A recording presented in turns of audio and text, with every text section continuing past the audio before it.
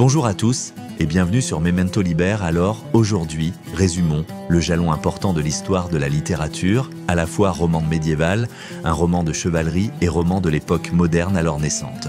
Il fut publié en 1605 et reconnu comme le premier roman moderne, l'ingénieux Hidalgo Don Quichotte de la Manche est hors texte sacré des religions ou politiques, le roman le plus vendu à travers le monde avec plus de 500 millions d'exemplaires.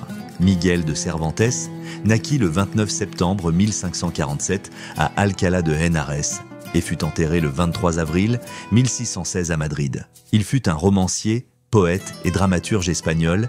Il mena d'abord une vie aventureuse de soldat et participa à la bataille de Lépante en 1571 où il perdit l'usage de la main gauche.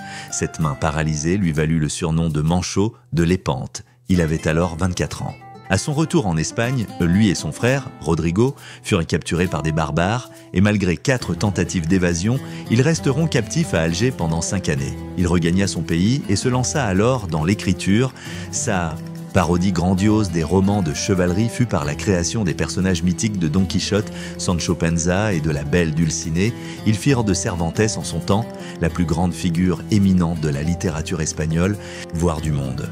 L'intrigue couvre les aventures d'un pauvre Hidalgo de la Manche dénommé Alonso Quixano et obsédé par les livres de chevalerie qu'il collectionne dans sa bibliothèque de façon maladive. Ceci trouble de son jugement au point que Quixano se prend un beau jour pour le chevalier errant Don Quichotte dont la mission est de parcourir l'Espagne pour combattre le mal et protéger les opprimés. Il prend la route, monté sur son vieux cheval Rocinante et prend pour écuyer un naïf paysan, Sancho Panza, qui chevauche un âne.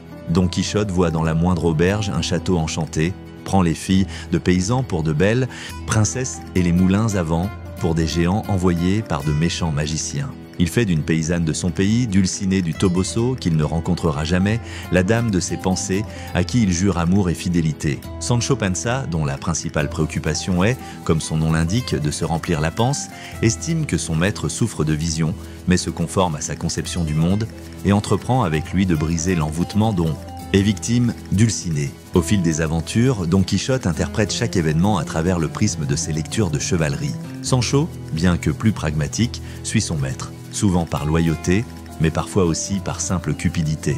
Le duo rencontre divers personnages, dont des pasteurs, des criminels en fuite, des acteurs itinérants et même des aristocrates qui, amusés par leur folie, décident de les encourager dans leurs illusions pour leur propre divertissement.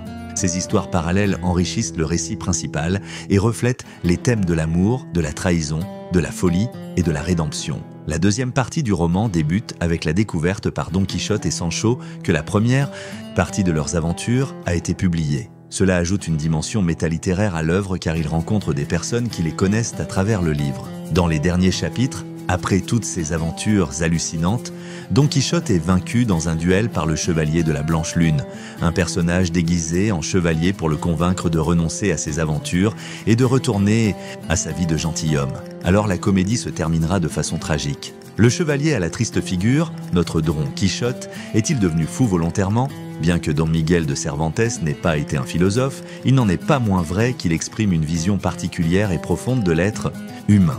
Par le sens du grotesque ou du ridicule, il transmet un message, un esprit des valeurs immuables telles que le courage, l'effort, la foi passionnée et l'intensité imaginative, où les idées se transforment de façon naturelle en des idéaux.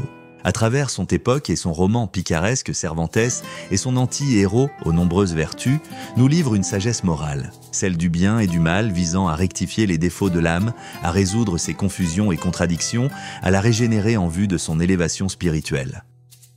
Ce roman continuera de faire rêver les générations à venir par sa simplicité de lecture, sa noblesse, alors tout est dit, ou presque.